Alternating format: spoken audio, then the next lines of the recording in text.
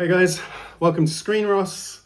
Thought I'd do a end of year type video just to go over my favourite films of 2025. I've seen quite a few films this year, some of those that I loved, some of those that I didn't, some of them that I was disappointed with. So this is really just a quick little video to go over my favourite films of the year.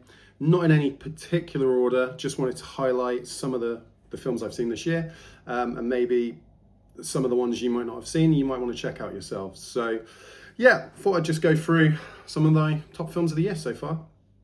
So like I said, no particular order. I think Avatar, Fire and Ash is obviously one of the most recent films I've seen, and I've got to say, I absolutely loved it. I've liked all of the Avatar films. As I said in my Avatar Fire and Ash review, I always felt The Way of Water was kind of a little bit lacking, even though I loved it. And I think it's because it's very much a part one, which was setting up the part two in Fire and Ash. Fire and Ash, on the other, as a result, feels like it has a lot of culminations of the previous two films and actually feels like there's some type of conclusion. Great action, great spectacle, amazing time at the cinema. So definitely Avatar Fire and Ash, absolutely loved.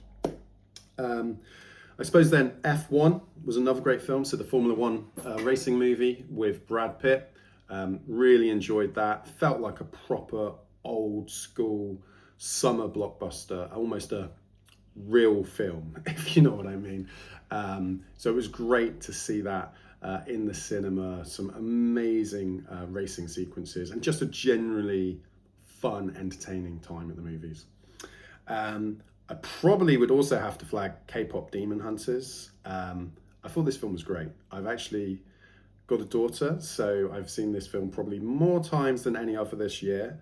But I am a bit partial to animation, and I felt like K-pop Demon Hunters, in terms of its target audience, what it's trying to achieve, it nails it on every front. It's got great animation, great fight scenes, great story, obviously great songs. And yeah, I completely think that's it's one of the best films of the year.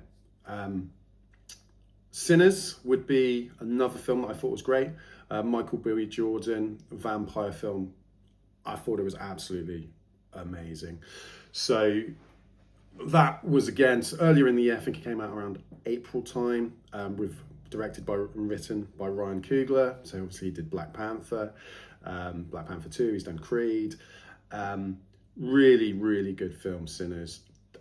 Much more thought-provoking than I would have expected for a vampire type movie, but a really good, interesting movie that looks at music, obviously history and slavery, and how that dynamic and almost using the vampire mythology to play with different aspects of that. So that was a great film. Actually, two films that I wasn't expecting to be on my favourite list were two Predator films. So there was Predator Badlands, which came out in the cinemas a couple of months ago, which I thought was awesome.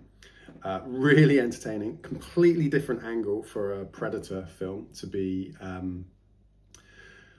more being hunted as opposed to being the hunter on a crazy like alien world, almost like an Avatar type world with lots of crazy creatures for the Predator to fight. I thought this was a really entertaining and actually surprised by how good that was as a film.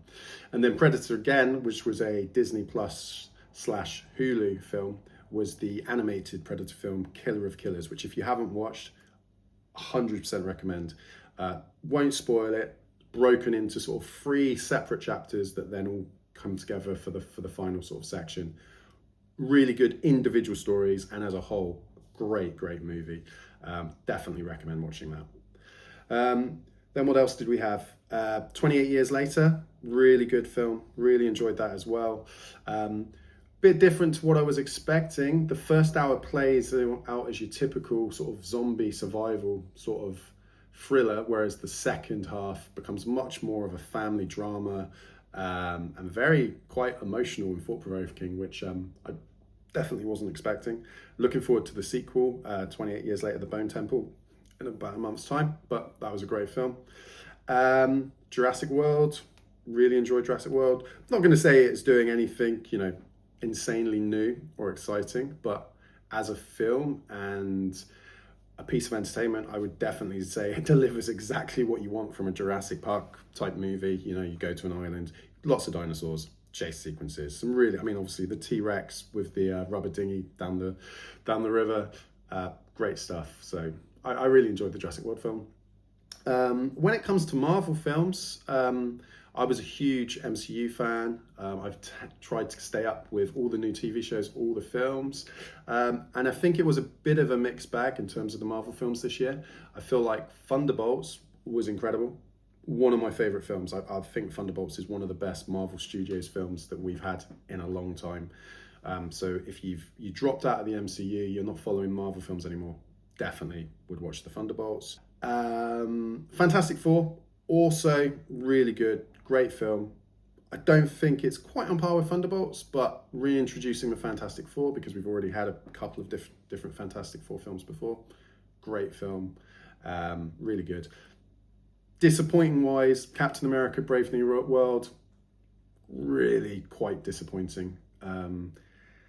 Yeah, I mean, I kind of feel that they haven't really, obviously it was always going to be a hard job for, you know, the Sam Wilson character to take over from Steve Rogers. But I just feel the film as a whole is severely lacking. It's quite a bland, generic film. Could be a straight to Disney Plus type story. So I think that was definitely the low point of the MCU this year. And while we're talking about low points and disappointments, probably my biggest disappointment of the year was probably the new Mission Impossible film, The Final Reckoning. Really, really disappointed by that. I mean, I think Mission Impossible Fallout is probably one of my favorite action films of all time. What Tom Cruise and Chris McQuarrie did with that film in terms of the suspense and the thriller side of things, incredible. I love Mission Impossible Fallout. So I was really hyped for Mission Impossible Dead Reckoning and then Mission Impossible The Final Reckoning. I was actually disappointed when Dead Reckoning came out. I didn't think it lived up to Fallout. But The Final Reckoning that came out this year, honestly, the first hour I thought was terrible. I almost wanted to leave the cinema. I thought it was that bad. It was chopping, re-edited, trying to set up story pieces that weren't needed.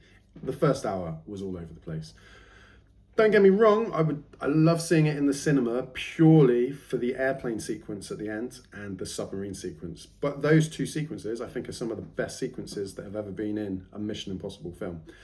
But the film as a whole and that first hour are pretty bad. I haven't watched it since. I'm not sure if I ever will. If I get the chance to watch the airplane sequence on a big screen, sure, I'd watch that. But the actual film as a whole, I'm not sure. So that was definitely my biggest disappointment. I think, therefore, I'm not sure if I have a favorite film of the year. I think probably Avatar, Sinners, and Thunderbolts might be my top three if I was forced to choose. But I thought it was generally a good year for movies. I think next year, 2026, has some really great movies on the horizon. So I'll do a separate video in terms of what I'm looking forward to most in 2026.